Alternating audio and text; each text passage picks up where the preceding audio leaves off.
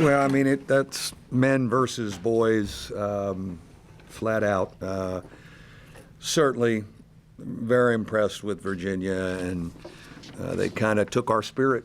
We couldn't get into any offensive rhythm, and I thought it really affected us defensively and affected our fight, which was disappointing. We played discouraged, which a lot of people do against them, but I thought our young guys were.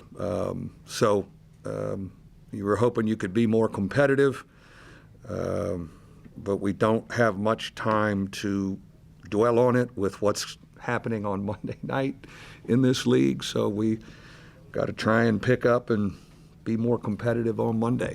How disheartening is it when it happens like right from the jump? You Yeah, can't score, you can't we just couldn't.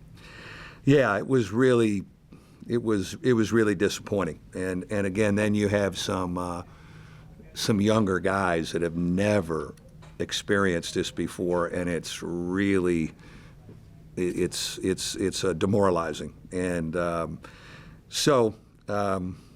it's one of those where we got to probably compete in practice a little bit tomorrow. Go after it and fight a little bit in practice, see if we can get that back before these guys come to town on Monday. What's that? You mentioned practice. Is there a consistency that starts to develop with young guys in practice that foretells it in the games? And are you seeing that, or is it? Yeah. Yeah. Completely different animals. No. I think your practice habits definitely carry over. There's no question about it. I mean, they do. This group overall has been really focused to jump in there and practice and compete. Now, we haven't gone very long because of where we are with numbers, and we're trying to keep, guys. It's great to go and compete tomorrow and go after a little bit, because after something like this, guys want to get it out of their system, so they want to compete. But I don't want Johnny Mooney competing. I don't want him flying around tomorrow. So maybe he'll sit on the sideline when the other guys go. But there is carryover. There's no question, and our young guys are trained.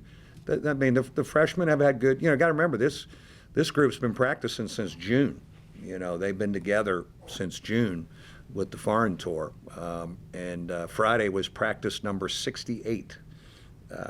So they've been in the gym a lot, but we need to get some reps competing tomorrow, because we couldn't get to that today, and Virginia had a lot to do with it. I can't say enough about how impressed I am with them. They can win the national championship.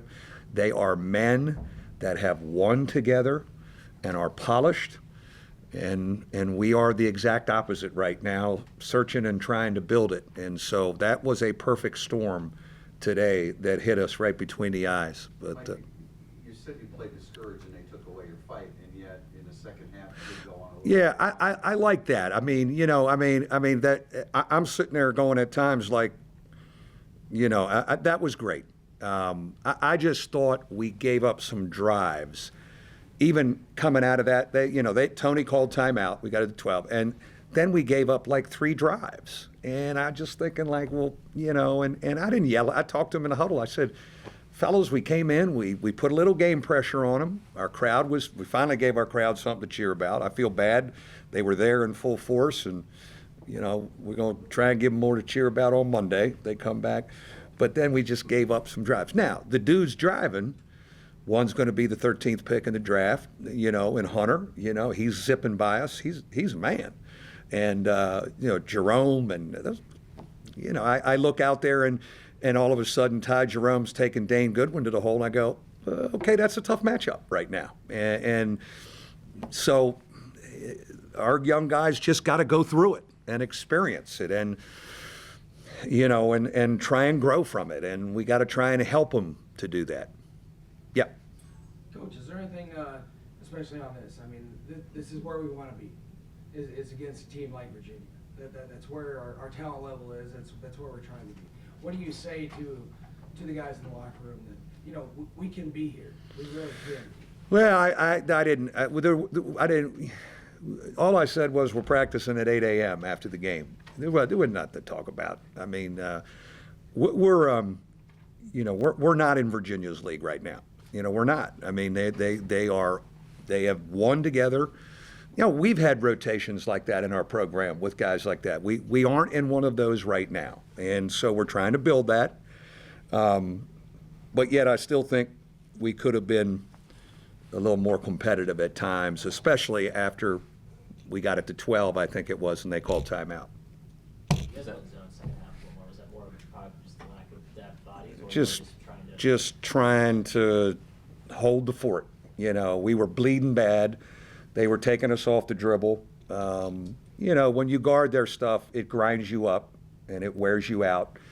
It was new for some of our young guys, and my feeling was so much stuff was in the paint. Can we just give up a jump shot? And they missed a couple. We actually got them to take some jump shots, and they missed a couple. But eventually, they're going to make big plays, and they did. The zone helped us. We played zone this year. But they're really poised. They've seen every situation. They're really poised. How do you approach Monday? And what do you tell the team?